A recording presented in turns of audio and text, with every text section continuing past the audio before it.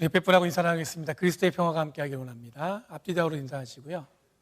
온라인 예배로 드신 분들도 그 채팅장에 가능하신 분들은 그리스도의 평화가 함께하길 원합니다 하고 인사 나누시기 바랍니다.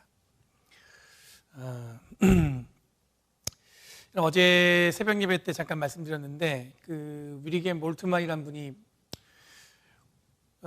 신학자예요. 오늘날 교회의 위기에 대해서 두 가지 이유를 얘기했습니다. 정체성의 위기와 소통의 위기라고 두 가지를 뽑아서 얘기했어요. 소통의 위기는 뭐냐면 교회가 교회 안에서 성도들 간의 소통의 문제, 그리고 교회 밖에 있는 믿지 않는 사람들과 교회가 소통을 잘 못하고 있다는 것을 지적한 거고, 그 다음에 정체성의 위기는 뭐냐면 예수님의 십자가 신학을 외면하고 있다는 겁니다. 십자가 신학을 외면하는 것은 뭐냐면 예수님의 희생과 부활의 의미를 교회 안에서 아마 많이 약해졌다는 것을 지적한 것 같아요. 그럼 지난주에 말씀드린 것처럼 부활의 의미는 우리들의 신앙, 우리들의 믿음의 실천, 예수 믿는 자로서 어떻게 살아가냐에 따라서 이 세상에 드러난다고 말씀드렸습니다. 그러니까 부활의 증거는 눈으로 봐서 우리가 확인할 수도 있는 거지만 그것보다도 더 중요한 증거는 뭐냐면 바로 예수 믿는 우리들의 삶을 통해서, 그냥 삶이 아니에요, 변화된 삶을 통해서 드러나진다는 것입니다. 요한복음 말씀과 사도행전 말씀을 두 말씀을 읽었어요. 아마 당시에 부활하신 예수님을 경험한 교회와 믿는 자들이 어떤 반응을 보였는지 궁금하실 것 같아서 이 본문 두 개를 함께 읽었습니다. 요한복음 말씀은 당시에 제자들이 예수님이 부활하신 이후에 어떤 모습이었는지를 살펴볼 수 있는 말씀인 것 같고, 사도행전은 부활을 경험한 성도들, 그러니까 여러분 다른 말로 하면 공동체, 교회가 어떤 모습으로 우리가 읽을 수 있는지에 대해서 드러나 있는 것 같습니다. 그래서 여러분 이 시간에 제자들의 모습, 그 당시에 부활을 경험한 교회의 모습, 그걸 통해서 우리들이 기대하고 소망하는 부활의 신앙이 무엇인지를 생각해보는 그런 시간이 되기를 간절히 바랍니다. 우선 조금 읽은 여러분들 요한복음의 말씀을 보면, 여러분 읽지 않았지만 앞에 무슨 내용이 등장하냐면 막달라 마리아가 이미 예수님이 부활하셨다는 소식을 제자들에게 전했습니다. 그런데 그 소식을 들은 제자들이 어떤 상황에 놓여 있는지를 본문에 보면은 딱 드러나 있어요. 19절 말씀에 보면은 부활하신 예수님의 소식을 들었던 제자들은 어떻게 했냐면 유대 사람들이 무서워서 문을 꼭 잠그고 숨어 있었다고 얘기하고 있습니다. 막달라 마리아가 예수님이 부활하셨어요. 그 말에 제자들은 어떻게 했냐면 정말 예수님이 부활하셨구나, 기쁜 마음으로 그들의 마음을 여러분들 어떻게 보면 활짝 열고 부활하신 주님을 맞으려고 준비한 게 아니라 문을 걸어 잠그고 유대 사람들이 두려워서 숨어 있었다는 얘기예요. 이 말은 예수님의 부활 소식에 제자들도 순수하게 믿지 않았다는 얘기입니다. 또 한편으로는 뭐냐면 어쩌면 예수님의 부활하셨다는 그 소식 자체가 제자들이 당장 닥칠지 모르는 어떤 핍박, 그 어려움, 두려움을 없애주지는 못했다는 얘기입니다.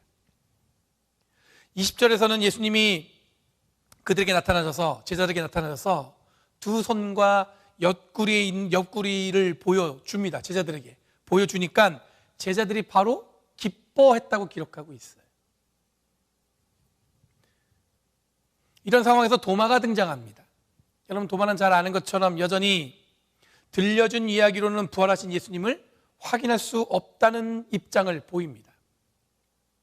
25절에 보면 제자들이 주님을 보았다는 것으로 부활하신 예수님을 증거하는데, 도마는 자신의 눈으로 보고 자신이 직접 못자국 난 손을 만져보고 그리고 옆구리에 손을 넣어야만 자기는 믿을 수 있다고 이야기합니다. 요한은 예수님의 들음으로 믿는 자와 봄으로 믿는 자, 그리고 직접 경험해야 믿겠다는 자들이 초대교회 안에 있었다는 것을 우리에게 기록하고 있는 거예요. 그러니까 여러분들 초대교회도 예수님이 부활하신 다음에 모두가 다 부활하신 예수님을 믿은 게 아니라 어떤 사람은 눈으로 봐서 믿은 사람이 있고, 어떤 사람은 들음으로 믿는 사람이 있고, 어떤 사람은 뭐냐면 자기가 직접 확인해야만 예수님이 부활을 믿겠다는 사람들이 있었던 것 같아요. 여러분 이번 주 금요일이면 4월 16일이 됩니다. 7년 전 4월 16일에 여러분들 세월호가 침몰했습니다. 476명의 탑승자 중 172명이 구조되고 실종자 포함해서 304명이 사망한 사건입니다. 여러분, 세월호 사건은 대한민국을 크게 흔든 사건이었죠. 특히 수학여행을 가던 이 단원고등학교 학생들이 대부분 사망자였기 때문에 그 안타까움이 크고 멀리 사는 우리들에게도 큰 아픔과 슬픔을 전해준 사건이었던 것 같습니다. 잘 아시는 것처럼 우리들이 기억하는 세월호 사건은 이 다양한 스펙트럼으로 우리에게 투영되어 있습니다. 정치인들은 정치적으로, 정부는 정부 나름대로, 진보적인 사람, 보수적인 사람, 그 사람들 나름대로 자기들의 안경으로 세월호 사건을 다양하게 우리 사회에 투영시켰습니다. 어느 것이 옳고 어느 것이 그르다는 이야기를 나누려는 것이 아니라 다양한 스펙트럼으로 만들어낸 안경을 걷어내버리면 분명한 건 뭐냐면 배가 침몰해서 가장 꽃다운 나이에 많은 아이들이 죽었다는 사실과, 그리고 아이들을 잃은 부모들은 너무나 큰 상처가 지금까지도 남아있다는 것, 그리고 이 사건의 원인은 어른들의 절제되지 않은 욕심의 원인이라는 것은 분명하게 드러난다고 볼 수가 있습니다. 여러분, 7년이 지난 지금 우리들이 세월호를 기억하는 이유는 이 아픔을 기억하고 다음 세대에는 다시는 이런 일이 일어나지 않기를 바라는 것입니다. 또 하나는 뭐냐면 이제는 어른이라고 불리는 세대를 사는 우리들이 적어도 이런 잘못된 방향의 삶을 정하지 않겠다는 마음과 다짐을 위해서 이 기억은 지속되어야 된다고 생각합니다. 그러니 여전히 우리는 이 아픔에서 자유로울 수 없을 것 같아요. 불과 7년 전에 일어난 사건에도 이런저런 서로 다른 해석이 존재하는데, 이렇게 보면 부활하신 예수님을 경험하는 제자들과 사람들의 반응이 여러 가지였다는 사실은 이상한 것이 아니었다는 생각이 듭니다. 예수님이 부활하셨는데 사람마다 받아들이는 게 달라요. 정말이야? 정말 믿는 사람도 있고 기대하는 사람도 있고, 또 사람은 뭐냐면 그게 정말인지 난 잘 모르겠어 이렇게 얘기하는 사람도 있었을 거예요. 특히 요한 공동체는 이 사실을 숨기지 않고 당시 교회와 요한복음을 읽어낸 모든 사람들에게 이 사실을 공개하고 있습니다. 부활을 들음으로 믿는 사람이 있고 봄으로 믿는 사람도 있고 여전히 자신이 확인하지 않고는 믿지 못하는 사람들이 있었다는 것. 하지만 들음으로 믿는 것이 복되고 이를 거룩한 이유도 부활하신 예수 그리스도를 통해서 생명을 얻게 하라는 것이 목적으로 이 본문을 기록했다는 고백은 우리들이 분명히 기억해야 되는 것입니다. 마찬가지로 복잡한 것들을 다 걷어내보면 요한복음이 고백하는 부활신앙의 핵심은 보지 않음으로 믿는 것이 복된 것이고, 부활을 믿음으로 우리 모두 어떻게 돼요? 생명을 얻게 된다고 고백하고 있습니다. 사도행전 4장 32절에서 35절 말씀에 보면 부활을 경험한 제자들이 담대하게 복음을 전하면서 예수 그리스도를 구주를 믿는 이 교회 공동체가 생겨난 것을 보여주고 있습니다. 다르게 표현하면 그리스도인 공동체, 이 교회가 당시에 부활하신 예수님을 경험하고 어떤 삶을 보여주었는지를 기록하고 있다는 얘기예요. 우선 많은 성도가 한 마음과 한 뜻이 되어서 자기 소유를 함께 나눠 사용했다고 기록하고 있습니다. 여러분, 예수를 믿는 그리스도인들이 마땅히 그렇게 살아야 한다고 하지 않았음에도, 여러분 예수 믿는다고 해서 여러분들 다 여러분들의 소유를 함께 나눠 써야 됩니다, 이런 얘기를 직접 하지도 않았어요. 그런데 그들은 부활하신 예수님을 경험하고 서로 마음이 하나가 돼서 서로의 소유를 나눠 썼다고 기록하고 있습니다. 당시 초대교회 교인들은 한 마음과 한 뜻으로 함께 더불어 살았다는 의미예요. 이런 분위기에서 사도들은 늘 부활하신 예수님을 늘 증언했다고 기록하고 있습니다. 사람들이 다 그 증언 때문에 큰 은혜를 받았다고 기록하고 있습니다. 부활하신 예수님을 증거하는 것, 이것은 곧 은혜의 수단, 은혜의 통로로 교회에 중요하게 자리했다는 사실을 보여주고 있는 거예요. 그러니까 제자들은 부활하신 예수님을 증거하는 것이 곧 교인들에게 은혜를 끼치는 그런 방법이었다는 얘기입니다. 그런 의미에서 교회는 예수 그리스도의 부활을 증거하는 것으로 은혜를 경험하는 공동체란 의미예요. 교회는 우리가 성도는 여러분 예배를 드리면서 은혜를 받죠. 그 은혜는 어떻게 오는 거냐면 나에게 뭔가 좋은 것이 딱 떨어졌을 때 은혜 받는 게 아니라 부활을 증거하는 순간에 우리에게 은혜가 온다는 얘기예요. 이런 은혜는 어떻게 표현되냐면 다음과 같은 실천으로 이어졌습니다.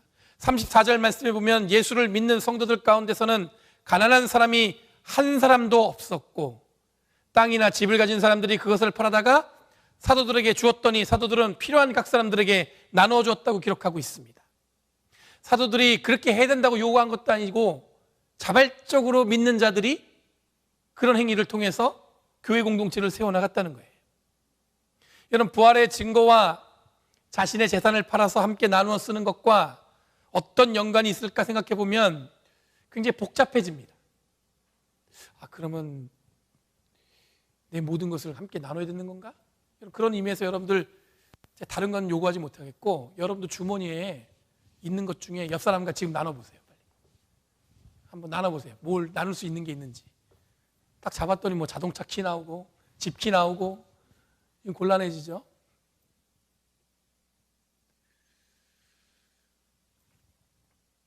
여러분, 누가복음 보면 예수님은 하나님의 사람으로서 중요한 실천 중에 하나가 뭐냐면 가난한 자를 모른 척하지 말라는 말씀을 자주 하셨습니다.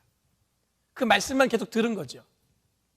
이런 가르침의 사도행전은 실제로 예수를 믿고 따르는 제자들이 부활 사건을 경험한 이후에는 자신들의 소유를 팔아서 가난한 자들과 나누었고 교회 안에 가난한 사람들이 없었다는 것을 증거하고 있습니다. 그 얘기는 예수님이 말씀하신 그 말씀이 이제 어떻게 된 거예요? 부활을 경험한 제자들에게, 성도들에게 그의 삶의 실천으로 드러나 보이기 시작했다는 거예요. 여기서 가난하다는 것은 경제적인 것만 얘기하는 것이 아닙니다. 아마 사람들은 이런 모양을 보고 주목했을 거예요. 그리스도인들이 뭔가 다르구나. 여러분, 당신의 재산의 개념은 오늘과 달랐어요? 특히 땅의 소유의 개념은 희년법에 의해서 희년법이라는 게 있었어요. 50년이 지나면 자기의 소유 땅을 어떻게 해요? 다시 자기 소유가 아니에요. 같이 공동체에 내놓고 다시 분배합니다. 그게 희년법이에요. 50년이 지나면.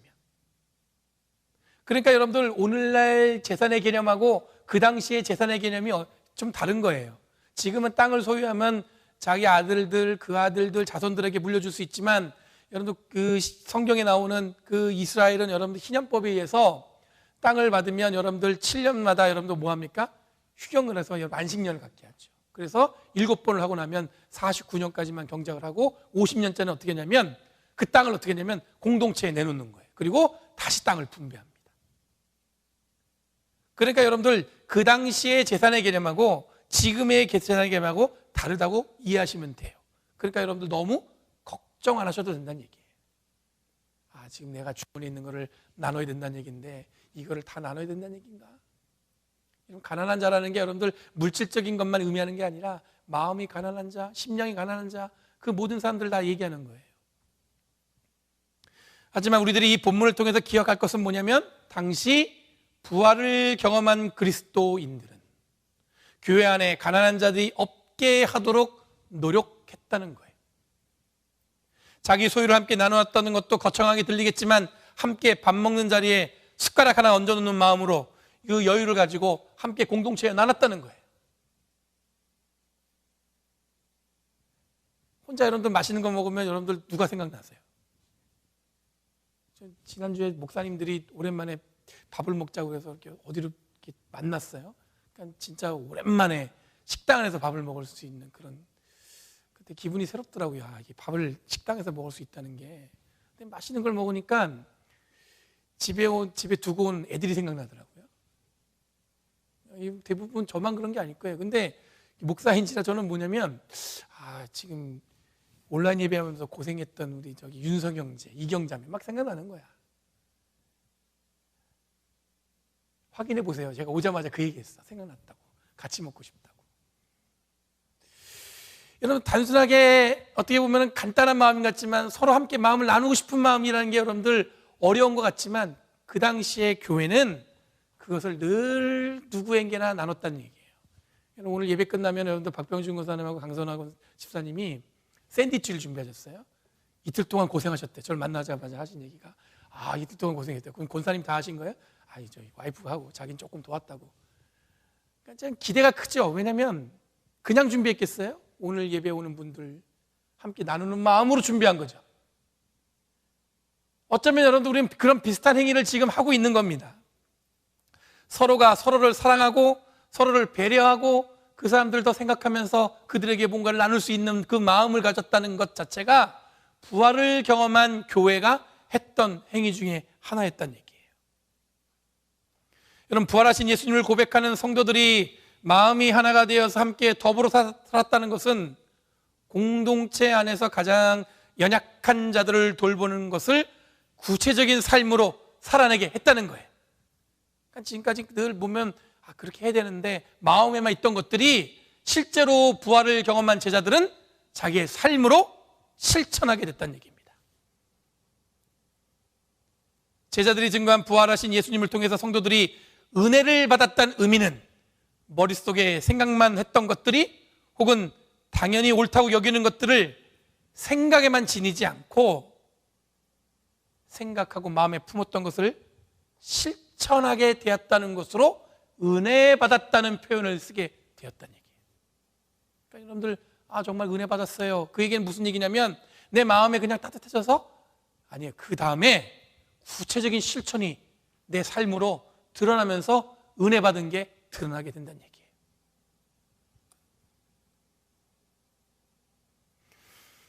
다시 한번 강조하면서 얘기하지만 받았다는 은혜는 말씀으로 듣기만 했던 것을 삶으로 실천할 수 있는 삶을 살게 되었다는 의미입니다. 우리들이 사는 이 시대에 우리들은 이 부활의 신앙을 고백을 통해서 평소에 실천해야 할 성도의 삶, 교회의 방향을 확인하고 서로가 하나 되어서 하나님의 사랑과 은혜를 나누는 더불어 살아가는 공동체로서 교회를 이 땅에 보여주기 위해서 노력해야 되는 거예요. 여러분, 세상이 아파할 때 교회도 함께 아파하고 그들을 위로할 수 있는 방법을 찾아서 실천하고, 여러분 지금처럼 코로나 바이러스로 어려운 시기를 살아가는 이때 여러분 교회는 지금까지 세워온 우리들의 전통을 드러내기보다는 아파하는 자들과 함께 아파하며 세상의 빛과 소금의 역할을 감당해야겠죠. 교회는 늘 전통적으로 이 예배당에 와서 예배 드려야 된다, 찬양도 해야 되고 뭐 이것도 해야 되고 우리가 갖고 있는 전통이 있잖아요. 그런데 이때는 여러분들 어떻게 과감하게 우리는 함께 더불어 살아가는 의미로 하지 말아야죠.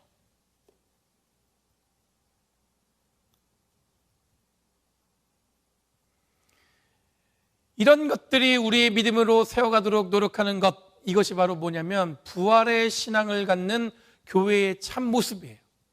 교회가 세상의 중심에 있는 이유는 뭐냐면 세상 사람들과 함께 더불어 살아가라고 있는 거죠. 여러분, 초대교회나 지금 우리들이 섬기는 교회나 교회의 모양은 비슷합니다. 초대교회 성도들이나 지금 우리들이 예수 그리스도의 부활의 기쁨을 누리는 능력은 똑같습니다. 그들이 더 가까웠기 때문에 부활의 능력이 더 컸고, 지금 우리는 멀리 있기 때문에 부활의 능력이 약한 게 아니에요. 부활하신 예수님은 그때나 지금이나 우리 안에서 능력 가운데 계신 줄 믿습니다. 그러니 우리의 마음을 모아서 세상과 더욱 깊이 소통하고 십자가의 본질을 드러내는 교회로서 교회가 교회답게 세워지도록 노력하는 저와 여러분이 되길 간절히 바랍니다. 여러분, 코로나 바이러스 이후에 교회가 어떻게 변화될지 걱정하는 분들이 있어요. 교인이 줄어들 것을 걱정하는 분부터 교회가 이제는 온라인으로만 존재하는 것은 아닌가, 여러 가지 걱정과 우려가 우리의 마음속에 계속 지속해서 있죠. 그러면서 질문하게 됩니다. 이 질문에 대한 답을 드리자면 우리들은 지속적으로 부활의 신앙을 고백하고 새로운 생명을 주시는 하나님의 은혜를 고백하며 우리들이 이상적이라고 생각했던 것들 혹은 생각으로만 가지고 있던 것들을 이제는 구체적인 우리의 삶의 실천을 통해서 이 땅에 드러내 보이는 것을 우리가 노력한다면 분명히 우리들은 이 걱정과 우려는 사라지게 될 줄 믿습니다.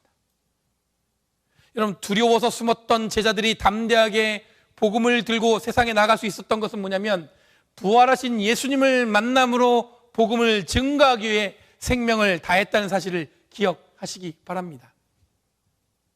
그들도 부족했고 우리도 가끔 부족하지만 부활하신 예수를 만난 다음부터는 그들은 변화되었습니다. 부활하신 주님을 만난 우리들도 변화되어서 우리의 삶을 담대하게 드러낼 수 있는 믿음의 실천을 이뤄가시는 저와 여러분이 되길 간절히 바랍니다.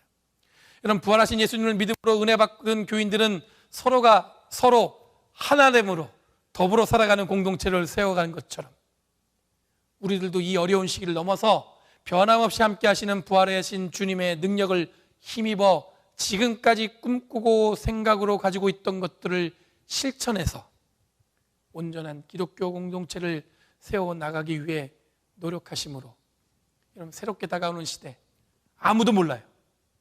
그런 시대에 새로운 희망을 나누는 저희들이 됐으면 좋겠습니다. 우리가 꿈꾸는 교회, 함께 소망하는 교회, 우리가 실천함으로 이룰 수 있습니다. 어떻게 해요? 부활하신 주님이 우리와 함께 하심으로. 기도하겠습니다.